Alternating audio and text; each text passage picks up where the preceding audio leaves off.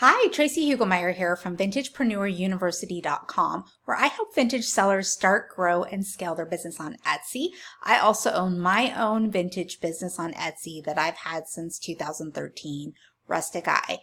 And today I'm going to give you 3 easy ways you can wow your customers so that they are more inclined to leave you a review and a good one. And it doesn't involve bribing or asking for reviews. It's just natural, organic ways to encourage those positive reviews. So here we go. But first, before we get started, I wanted to tell you what inspired me to make this particular video. I recently purchased something on Etsy and I really loved it. I loved the item.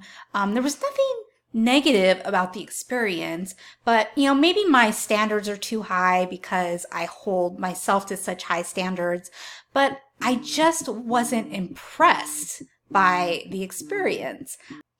And I probably will go back and give a positive review, right? I know how important that those positive reviews are, and I'm going to help another Etsy seller out unless, it was just a horrible experience. However, it's impressing the heck out of your customers that you want to aim for. That is what's going to get you those positive reviews that you're after, and those positive reviews help you in a lot of ways.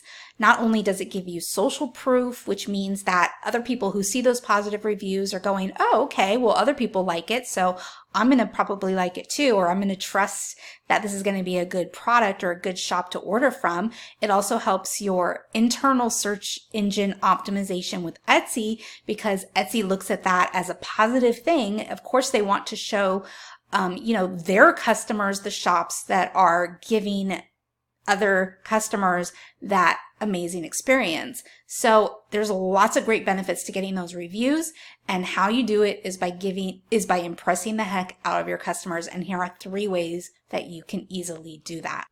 Number 1 is sending a message to your buyers as soon as possible after they buy from you.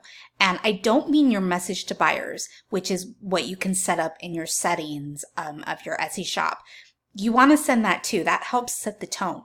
But when you send an additional message to your buyer after they purchase from you, it gives you an opportunity to personalize the experience a little bit more. So you can use their first name, which is a really great tactic to, I don't want to say tactic because that sounds like sketchy, but it's really just a way to connect with your customers on a personal level. People like that. People want to feel heard and noticed. They want to know that their purchase mattered,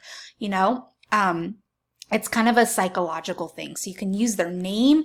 You can say, thank you for purchasing the particular item. So you're personalizing it a little bit more.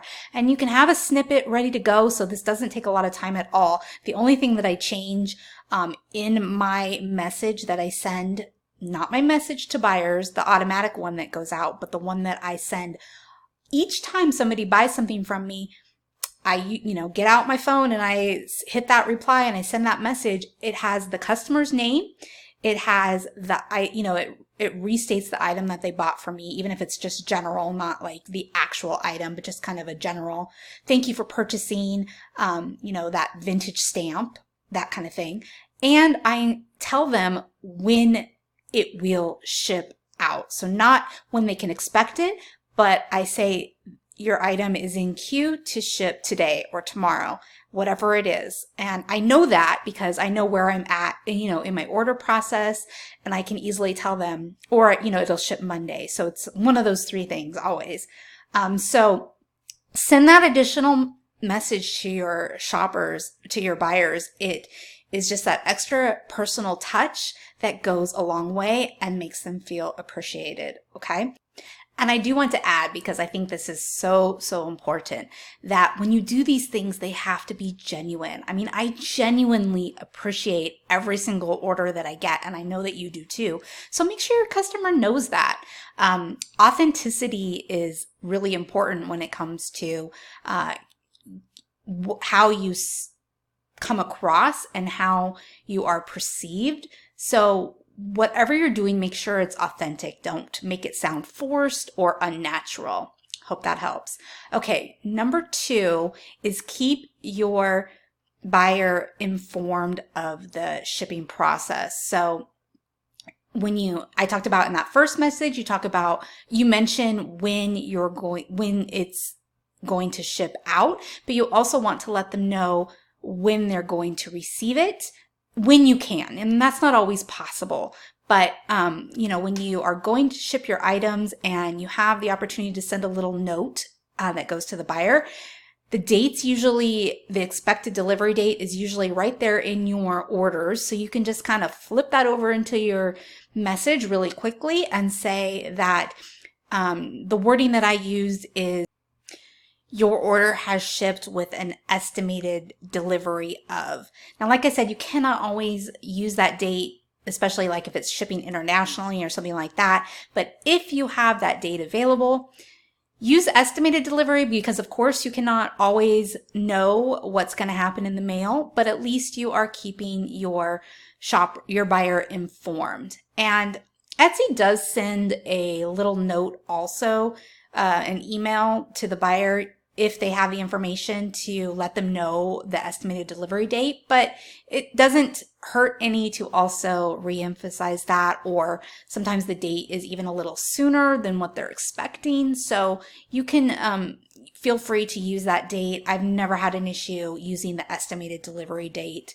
And similarly, if there are any issues along the way that you become aware of, make sure you keep your buyer informed as well. Like if you're late to get your packages delivered, if you have an emergency, if anything comes up, just keep your buyers informed. Usually they're perfectly fine with delays as long as they're being kept informed. Okay. And number 3 is that if you give that an extra special touch in your packages, whatever that means, then that is a great way to wow your customers and get them to leave those special or those positive reviews.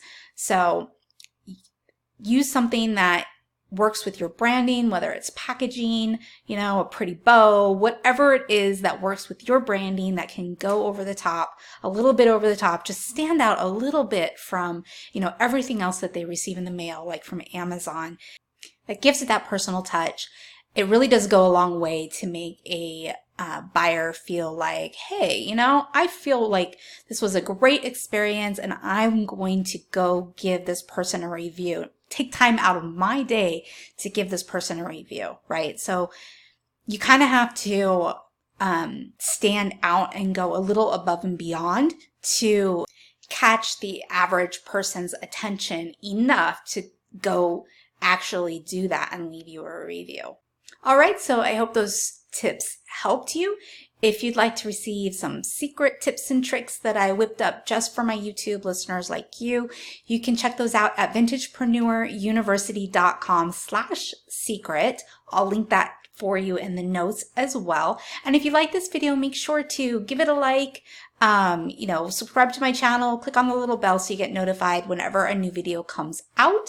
And thank you very much for joining me today. Have a great rest of your day and I'll see you next time. Bye.